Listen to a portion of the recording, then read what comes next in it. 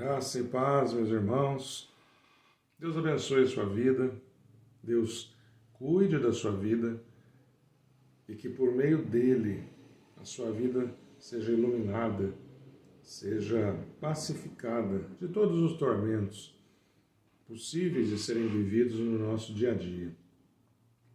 Nossa meditação hoje será no Salmo de número 14, um livro de salmos que traz orações, que traz cânticos, que traz meditações, uma grande maioria do salmista Davi. Esse também é um salmo ao mestre de canto, um salmo de Davi. Ele diz assim: diz o insensato no seu coração, não há Deus. São corruptos e praticam abominação. Já não há quem faça o bem. Do céu o Senhor olha para os filhos dos homens, para ver se há quem tenha entendimento, se há quem busque a Deus. Todos se desviaram e juntamente se corromperam. Não há quem faça o bem, não há nenhum sequer.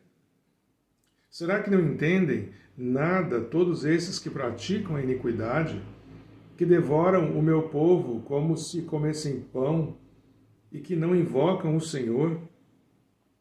Lá ficarão tomados de grande pavor, porque Deus está com a linhagem do justo.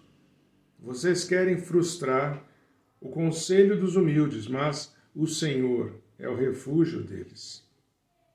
Quem dera que de Sião viesse já a salvação de Israel. Quando o Senhor restaurar a sorte do seu povo, Jacó exultará e Israel se encherá de alegria. Essa palavra do Senhor para as nossas vidas hoje, ela traz uma referência muito atual de coisas que nós convivemos nos dias de hoje. Hoje nós sofremos os efeitos do que se trata de polarização. Polos, como no ímã, nós temos o polo norte e o polo sul, ou poderíamos dizer o polo positivo e o polo negativo. E esses são polos, curiosamente, que não se repelem, pelo contrário, são polos que se atraem. Mas essa palavra de Deus reporta a polarização que acontece nos dias de hoje, diferente do natural, como acontece no ímã, em que os polos opostos se atraem. Aqui nós temos uma polarização na atualidade, em que os polos que têm posições diferentes se repelem. Se repelem, vejam, contra a própria natureza, onde eles deveriam se alinhar, se ajustar pelas diferenças que têm, pelas oposições que têm, onde eles deveriam se alinhar de maneira a ajustar as diferenças, como acontece nos ímãs, como acontece então naturalmente. Eles fazem justamente o contrário da regra natural.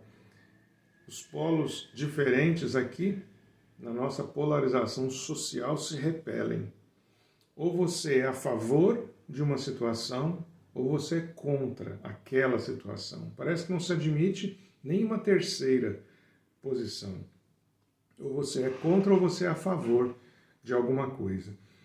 E aí nós vivenciamos na palavra de Deus uma percepção que o salmista traz, que ele repete inclusive no Salmo 53, que também a nossa Bíblia traz, praticamente uma repetição do mesmo Salmo 14. Nós temos uma visão de Deus sobre o coração do homem, em qual lado, em qual polo o homem se encontra. Deus encontra um homem que tem um coração insensato, que não usa o bom senso, que não pensa. Deus encontra um homem cujo coração nega a existência do seu Criador, do próprio Deus. Ele diz: não há Deus, o coração do insensato diz. E onde não há Deus, há corrupção. Onde não há Deus, há abominação. Onde não há o temor a um Criador. Onde não há a consciência de um ser diferente e maior do que nós, o homem é tentado a ocupar esse lugar de Criador, de Senhor, de dono das outras coisas, de outras pessoas. E nesse lugar, a regra é não praticar o bem, mas é praticar apenas ações que tragam prazer ou que tragam conforto, que tragam enriquecimento pessoal. Não é a regra da partilha, a regra da humildade. Nós vemos aqui no texto Deus olhando para os filhos dos homens, olhando para nós do céu, olhando como Pai que Ele é, como Criador que Ele é. E no seu coração, Deus deseja encontrar pessoas que tenham entendimento dessa relação de filhos, pessoas que busquem a Deus, que diferente do coração do insensato que fala que não há Deus, que nega a existência de Deus, Deus deseja encontrar pessoas porque Ele sabe que encontrará pessoas com um coração desejoso, que buscam a Deus, que buscam direção completa nas suas vidas, que buscam solução real para todos os seus problemas, que buscam a verdadeira felicidade, que não se contenta em ter coisas, não se contenta em fazer algumas coisas, mas a verdadeira felicidade que é estar em saber que se cumpre a vontade do Senhor, a vontade do Criador. Um coração que é partilhador, que se doa, que se interessa pelos outros, que se preocupa com os outros. Sim, esse coração tem espaço para, inclusive, caber Deus no seu tempo, nas suas ações, nas suas atividades. Sim, um coração que está aberto para conhecer a vontade do Criador e, mais ainda, em se colocar como um agente, como um executor da vontade do Senhor. Com certeza, esse coração, ele é muito maior, ele é muito grande, ele tem muito espaço para que Deus o ocupe. E Deus, ocupando esse espaço no coração, levará esse coração, essa mente, esse corpo, essa pessoa a praticar coisas muito grandes. E mais uma vez não significa nenhuma exaltação de classe social, de poder econômico, enfim, mas de satisfação, de estar cumprindo, de estar fazendo parte da vontade do Criador de todo o universo. Nós podemos separar dois tipos de pessoa nessa terra, aproveitando ainda o conceito de polarização tão presente, tão real nos nossos dias, em que as pessoas ou são uma coisa ou outra. Nós, como cristãos, aqueles que buscam a Deus, aqueles que foram resgatados do fogo do inferno, para estarmos com nossos pés direcionados para o céu, que nessa terra já caminham em direção do céu. Nós podemos enxergar dois tipos de pessoas nesse texto da palavra de Deus. As pessoas que não buscam a Deus e que sofrem toda sorte de maldições, toda sorte de pavor, toda sorte de insegurança, de incerteza, de falta de esperança. Pessoas perdidas, ainda que possam até se achar encontradas. Pessoas que sabem o que querem e que muitas vezes fazem o que desejam. Mas o texto mostra que Deus está olhando para os filhos dos homens, para as suas criaturas humanas, e ele encontra dois tipos de pessoas. Pessoas que não entendem de nada. Pessoas que tentam formular soluções para os seus problemas e explicações para a vida. E que fazem isso ausentes do Criador, ausentes de Deus. Que possam dizer até, Deus não existe. Que possam até dizer, eu sou meu próprio Deus, porque eu resolvo a minha vida. Eu decido e ninguém decide por mim o que eu quero fazer. Pessoas que dizem que buscam liberdade para fazer o que querem. E sociologicamente nós sabemos que isso não é verdade, não é possível de se acontecer de maneira plena.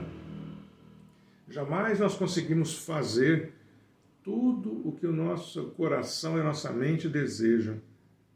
Porque nós muitas vezes podemos sonhar, desejar coisas apavorantes, coisas terríveis, e ainda bem que muitas dessas coisas nenhum de nós é capaz de realizar. Fica contido no imaginário, fica contido no coração, impossível de ser expressado humanamente. Mas esse tipo de pessoa é um dos dois tipos de pessoas que Deus lá do céu olha. Aqueles que não o buscam, quando inclusive não fogem da sua presença. E existem aqueles a quem Deus, a sua palavra afirma, ele vai restaurar, ele vai aliviar, ele vai providenciar o sustento e providenciar o verdadeiro regozijo, a verdadeira alegria, a plena felicidade, a satisfação completa, por saberem que estão fazendo a vontade do seu Criador.